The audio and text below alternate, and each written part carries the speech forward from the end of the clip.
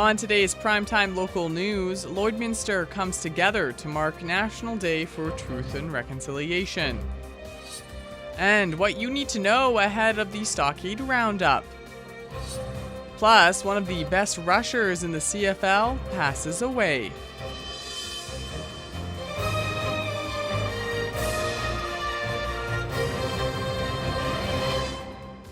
Primetime Local News, serving the Lakeland and Midwest regions. Over the weekend, the National Day for Truth and Reconciliation was observed. Our Callan Dunlop has more on how Lloydminster spent the mournful day. To honor the victims of residential schools, many people in Lloydminster gathered at the local mosque with orange shirts and heavy hearts. Something that we all should realize that this is something that has happened long time ago that has left very, very serious scars on souls of people across the country. Many individuals spoke on how residential schools impacted them personally. The ramifications of Canada's actions in the past can never change, but are not beyond repair. It should have been happening right from the beginning of the European settlers. But that's history. We can't rewrite history.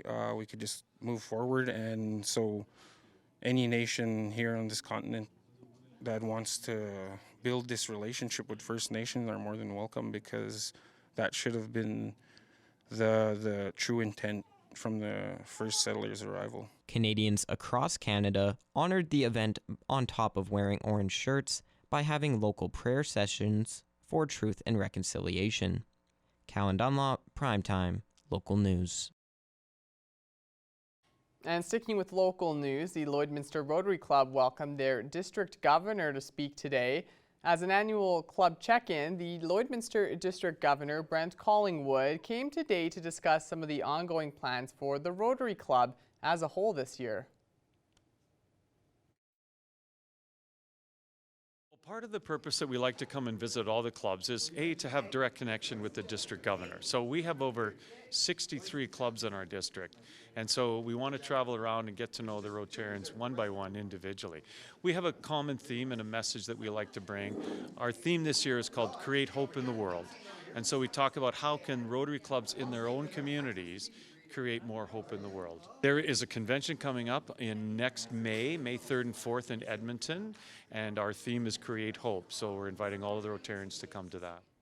Beginning in 1905, with 4 friends looking to serve their community, Rotary has continued to grow over the past 118 years, up until the COVID-19 pandemic, where clubs began to see their numbers fall. Growth as an organization, like all organizations over the pandemic, Rotary shrunk. We're trying to rebuild our numbers, because the more people we have, the more work we can do, the more we can serve local communities and global communities.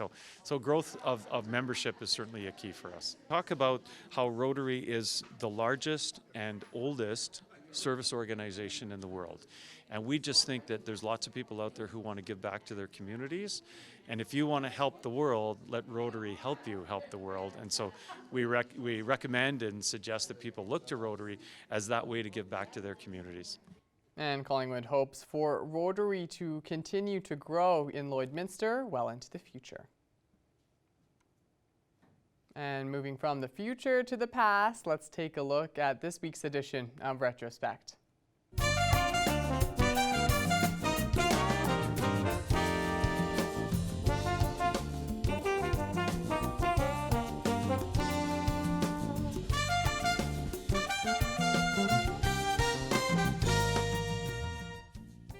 We start our look back in 1994 with border city parents worrying about their kids being tempted to the dark side. Cursed are the vanquished, for they shall be vassals forever. It's not something parents in small rural communities think can happen to their kids. Occult involvement, otherwise known as ritual abuse or Satanism. But as Midwest parents found out at a recent parent support meeting, it is happening right here in Lloydminster. Because I've had a dozen or more kids come to me and have let me know what is happening. Friesen told parents there are many reasons why kids get involved in satanic worship. The two most common are the need for control and the need for power. He says it's primarily an emotional problem, brought about by a variety of factors. A lack of love, a lack of care, lack of proper parental guidance. There are many warning signs. Teenagers usually become more distant, sullen, and secretive. They often become mixed up with drugs and alcohol. They can become involved with animal mutilation and self-mutilation. They can also become suicidal and, in extreme cases, even resort to murder. Satanic forces can take over in the individual's life, and the result can actually be that they will do some very brutal things that they normally would never do. Friesen says the important thing to remember is anyone in any community can become involved in satanic worship. The only thing parents can do to prevent this is to emotionally support their teen so that they don't have any need to look for this type of activity. And we fast forward now to 1998 as Saskatchewan's current governing party takes shape, looking to defeat the NDP. Get the pieces of the puzzle together now, and it will reflect positive things come election time. That was the thinking of the Saskatchewan party as they look to set up shop in Meadow Lake. The Meadow Lake riding is one of the last ridings that we are founding, putting an organization in place. We need an organization, and then we do our candidate search, and we want to have some candidates in place well ahead of the next provincial election, and so we're just minding our P's and Q's and getting our house in order. The leader of the opposition hopes to build a strong membership in this area. A strong alternative in place to challenge the NDP government. The next step, finding community leaders interested in the Sask party. One such member made the trip to Paradise Hill for the meeting. We came here from Lloydminster just to be part of the proceedings and to follow what was going on. Wakefield feels the Saskatchewan tax system needs a tune-up. Mainly, I think there's a real need to review the taxation and the tax burden that's placed here on the citizens of Saskatchewan. I think that's a real key issue. And he's not alone. Taxes have to be lowered, and to lower taxes we need a smaller government. Also, we're seeing some infrastructure problems. Our roads are deteriorating, and I've driven on a lot of roads in Saskatchewan over the last few months. We need to fix our roads, and healthcare is slipping a bit. Being party leader, a lot of responsibility rests on Hermanson's shoulders, but he hopes getting the pieces together early will spell success. That's it for this week in Retrospect. Retrospect this week is brought to you by Webb's Ford. Worth your while to drive the extra mile. Webb's Ford in Vermilion. And now it's time for our first look at weather. Thomas Wildman is here. And Thomas, it was another kind of chilly day here in Lloydminster. Yeah, unfortunately, I think our nice summer days are gone. It looks like fall's coming in really mean right now, looking a little bit more like winter, though we haven't seen that snow yet. Hopefully, let's knock on wood that is not what we're going to be having happen here right away. So taking a look at that with how it's been a little bit chillier here. As you can see at the almanac here today, it was 10 degrees as our high, which is a little lower than the usual normal of 14 degrees, though our low is actually a little bit better at 4 degrees over that one. And we'll see that our monthly average for that precipitation is at 17.5. Not a lot to date, of course, though, as we are at the beginning of the month. So now we'll take a look at our current conditions. 9 degrees right now with wind chill. It's down to 7 degrees. And still with that rain from the last few days here, our humidity's up to 81%. So now we'll take a look at the current conditions in North Battleford. They're also quite cold at 8 degrees with 6 degrees with the wind chill. They're at an impressive 91% humidity right now looking at that. Then over to Cold Lake, they are our warm place once again at 10 degrees. With that wind chill, they're down to 8 degrees. And they are seeing some rain right now with 81% humidity at the current moment.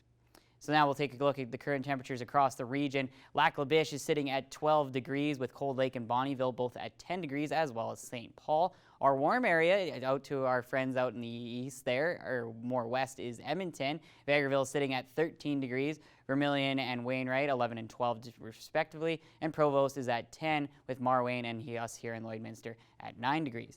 Then looking now at our Saskatchewan side, Isle La Crosse and Pearceland are both at 10 degrees. Green Lake and Meadow Lake are at 8 degrees. St. Walburg and Maidstone at 9 degrees. Macklin at 10 and North Battleford at 8 degrees as previously mentioned.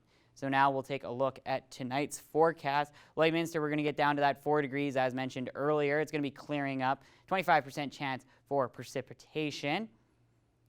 So now going into Cold Lake. Cold Lake's going to be a little colder than us at 3 degrees as their low for tonight. It's going to be mainly clear with their precipitation chance at 25% as well. And in North Battleford, they're 4 degrees. It's going to be partly cloudy with a shower in some spots later on and a 40% chance of that precipitation keeping up. But now we'll take a look at our 3-day forecast coming up here. Tuesday, it's going to be a little bit warmer at 15 degrees with a low of 4. It's going to be a little breezy though that day. Wednesday, we got a 55% chance of precipitation with the winds becoming a little bit stronger. 10 degrees and a low of 0 on Wednesday. And Thursday, it's going to be those winter days coming up right away with -3 on Thursday and a high of 7 degrees. We'll now take a look at the rest of the 7-day forecast. Friday is going to warm up quite a bit at 15 degrees and 5 degrees. And our weekend is looking lovely with 20 degrees on that Saturday and 21 degrees on Sunday. And then we'll be looking up to Monday with another nice warm day at 21 degrees. But that'll be our first look at the forecast. We'll have some more news with Jace after the break. And stay with us after the break. We'll have more on the Stockade Roundup as entries are opening soon.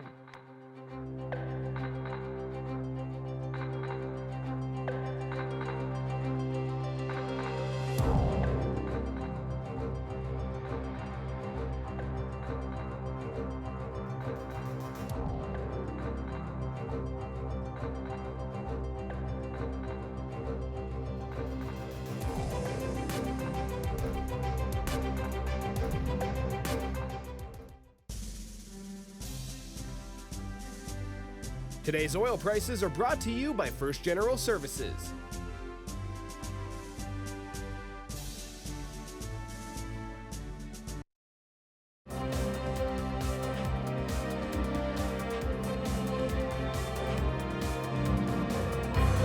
Welcome back. The 45th annual Stockade Roundup will be taking place at the end of the month, hosted by the Lloydminster Exhibition. Now, it's one of the premier cattle shows in Western Canada. Stockade Roundup had some small changes to the schedule last year and will look to be very similar to the previous year. Yeah, for the most part, we're going to look just like we did last year. Cattle are going to move into our barns on the 31st of October, and they'll be there until the evening of Friday, November 3rd. So kind of a couple highlights throughout the week. Cattle arrive into our buildings on Tuesday, and that evening we're going to see a bred heifer jackpot show. We see another jackpot for heifer calves on Wednesday nights and one for bull calves on Thursday night, and our big Supreme show that wraps up our week on the evening of Friday, November 3rd. Stockade has always had 2 main judges who will judge the breed shows throughout the week as well as the Supreme show. But this year there will be 2 pairs judging. Excited to welcome John and Tammy Dolliver. They're going to be helping us judge throughout the week, as well as Kyle and Jocelyn O'Neill. So 2 Alberta cattle breeders, 2 couples coming to join us for the week, and we know they'll do an excellent job, and we're sure excited to have them on our team. Presenting sponsors for the event will once again be Paradise Hill Ranch and Western Wear and Master Feeds. Now, if you're interested in entering, the early bird deadline is this Friday. And now it's time to take a look at today's agriculture prices.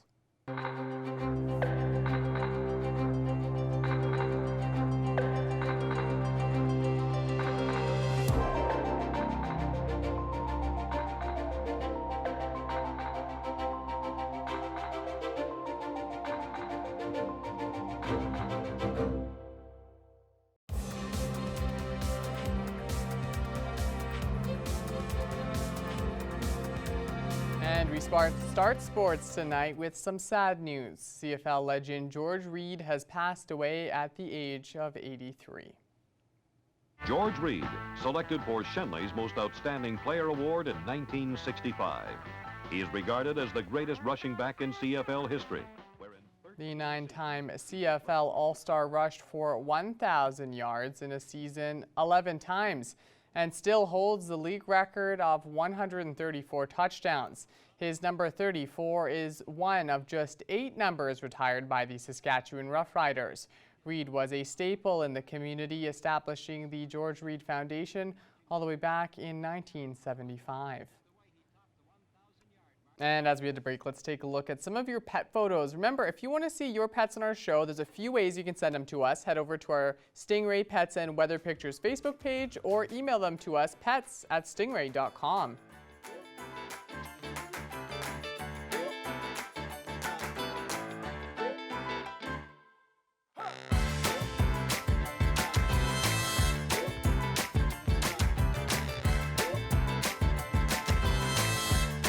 We want to see your pets. Send photos of your pet and their name to have them featured on Pet of the Day.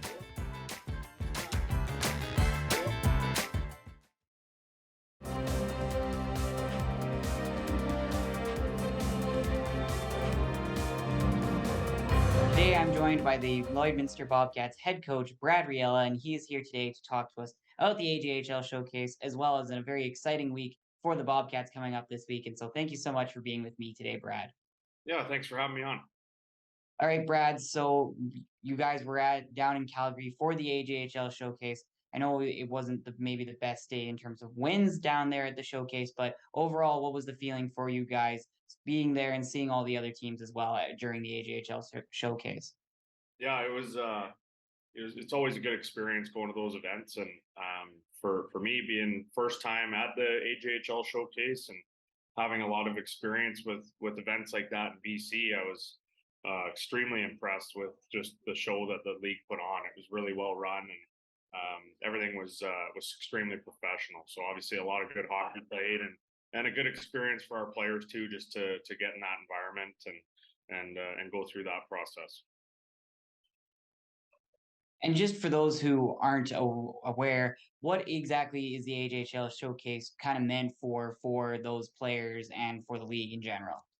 Yeah, so it's basically a one-stop shop for Alberta Junior A Hockey League players, and it brings in a lot of NHL scouts, college scouts, Division 1, Division 3, and just to basically an opportunity for all those people and all those different hockey staffs to come to one building and be able to watch the whole league play. So every team plays 2 games, and it's just from a scouting perspective, it's a great event, and I think.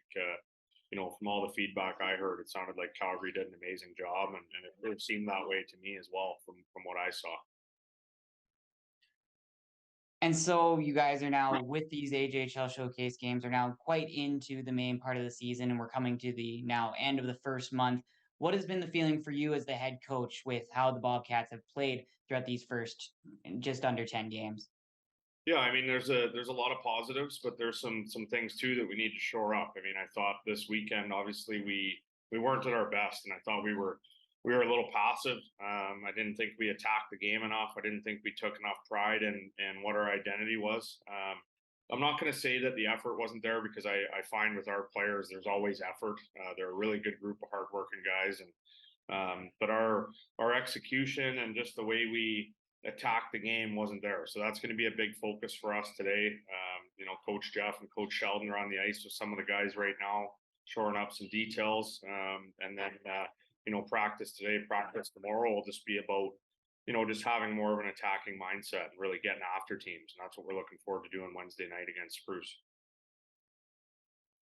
And so with that game against Spruce Wednesday night, they are the team that made it in the old North Division up to the finals there. So one of the best teams in the league in the previous year, as well as you guys have 2 other games throughout this week. Talk to me about preparing for those games and the things as you mentioned, what you're going to do to try and get now back over 500.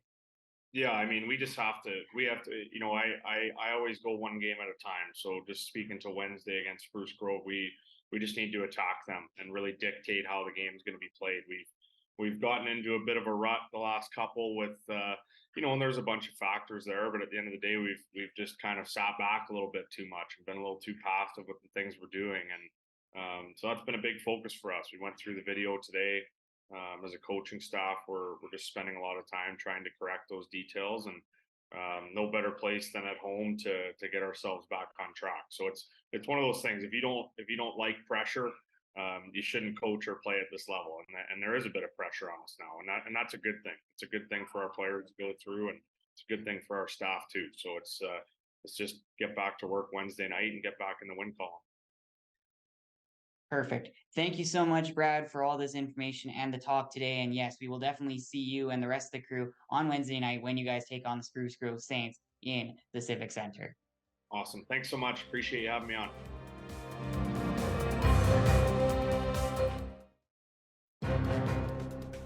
Furniture set and design supplied by Furniture Gallery, downtown Lloydminster. David Larry from Bozer's Greenhouse is joining me today on Primetime Local News. A couple of events coming up at this amazing corn maze that you guys have, David. First of all, thank you so much for joining me. Thanks, Stacy. Really wanted to thank you for inviting me. And yeah, we're excited about the next few weeks here at the corn maze. Well, let's first out, we'll talk about the haunted corn maze. It sounds so exciting, and I imagine it's incredibly spooky. So a couple of dates for that coming up in October, David. What can people experience when they go through the haunted version of the corn maze? Well, the haunted corn maze is something we started out with in our very first year with corn maze, and ever since then, it is probably the most anticipated event of the season for us. We hire a bunch of extra help and some students, and we have scare people out in the maze. It could be upwards of 15, 20 people some nights, and it is full dark, and people try to conquer the maze. And while they're doing that, we have our people out there scaring them, and we really have a big following with it, and people look forward to it, and it's just a grand old time. Sometimes in October, the nights can get cooler. We have bonfires, we have warm food and drinks, and in our cook shack, and yeah, people love to come out. This just sounds like a whole lot of fun. If somebody is going to take in the corn maze, how long can they expect it to go to run through the actual maze? And you know, when they're running from the spooky people inside there as well, how much time does it usually spend in the maze? Well, we have a 5.2 acre maze. I would say the average person at night is going to probably a good half hour, maybe 45 minutes to go through it at night. A little bit less in the day, but that's kind of what you should allot. Tickets for that are all pre-sold. You pick your time slots, and we kind of stagger the amount of people that go in at one time, so we don't have a big group in there, and kind of wrecking the experience for others. So. Well, the date for the haunted maze, you have 4 opportunities this year. So it's the 13th, 14th, and the 20th and 21st. And as you said, you want people to book ahead of time. So where do they find information on how to book those tickets? Best place to go is if you're following us on social media, Facebook and Instagram, or you can go to our website, bozersgreenhouse.ca, and also bozerscornmaze.ca. The tickets are available on our greenhouse website. The links are all there. You select the date and time that you want, and go ahead and purchase your tickets online on our website. Now, prior to that, David, the Harvest Feast is coming up. That is October 7th. Tell me a little bit about what that is. Well, Harvest Feast was also something we kind of had, and it's kind of a celebration of harvest. Most farmers, we hope, are done by then.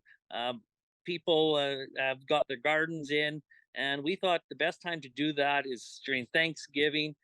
We cook a beautiful smoked turkey and a ham supper, and we have 100 tickets available for that night, just so we can know how much food to cook. And if people want to join us, it's Saturday, October 7th this year, right here at the greenhouse. Even if it's inclement weather, we'll bring it indoors, so we got enough room inside. We get some local musicians to play some music, and it's just a grand time. Let's hope we've really lucked out the last few years and had beautiful weather. But even if it could be cool, whatever, you could dress up, and it's a great time. Those tickets are also available on our website to purchase. Now, outside of these events, David, can you still come out? People still come out just for the regular corn maze as well? Yes, for sure. We are open right through to the 21st of October. All those other special events are the only time you have to purchase tickets ahead of time. We're open daily during the week, 12 to 5 p.m. And on weekends, including the Thanksgiving weekend, even holiday Monday, we're open from 12 to 7 o'clock. And if people are not familiar with where the greenhouse is, can you give us a location? We're on Range Road 3232, just west of St. Walburg. And Google Maps or Apple Maps are probably the easiest way. Type in our name, Bozer's Greenhouse, and it'll bring you right to the farm. Well, thank you so much for joining me today. I really appreciate it. It sounds like you've got lots of exciting events, and I know that people who have been through that haunted corn maze tell me it's a quite the experience and very, very scary. So be prepared for that. Thank you so much, and good luck with everything. Thanks, Stacey. And yeah, we're looking forward to having people come visit us, and we're going to put on a great show here over the next few weeks. And before we go tonight, Thomas, it's become quite the spectacle on Sundays. And whether you like it or not, Taylor Swift is good for NFL football, and so far, even better for the Kansas City Chiefs. Now, the 12-time Grammy Award winner was at MetLife Stadium yesterday to watch Travis Kelce and the Kansas City Chiefs take on the New York Jets. Rumors are swirling that the pair are an item. Hanging with Swift were Ryan Reynolds, Blake Lively, and Hugh Jackman. Swift performed 3 sold-out shows at MetLife back in May, and the Chiefs won last night 23-20 and moved to 3-1 on the season. I always know that the Chiefs are playing because I can see on Twitter that Taylor Swift is there watching a game. Yeah, I think there's 2 very big fields of thought as with NFL fans, as I am a big NFL watcher. I'm in the fantasy football leagues and stuff like that. There are people who absolutely despise that any second is taken away from the actual game, and they're watching just Taylor Swift in the thing. Yeah. But it's also, as mentioned in the VO there, really good for football, and Taylor Swift fans being KC fans, it's all right. It's given some good exposure, so we'll see how long it lasts. That's the time we have for our show. We'll see you again tomorrow. Good night.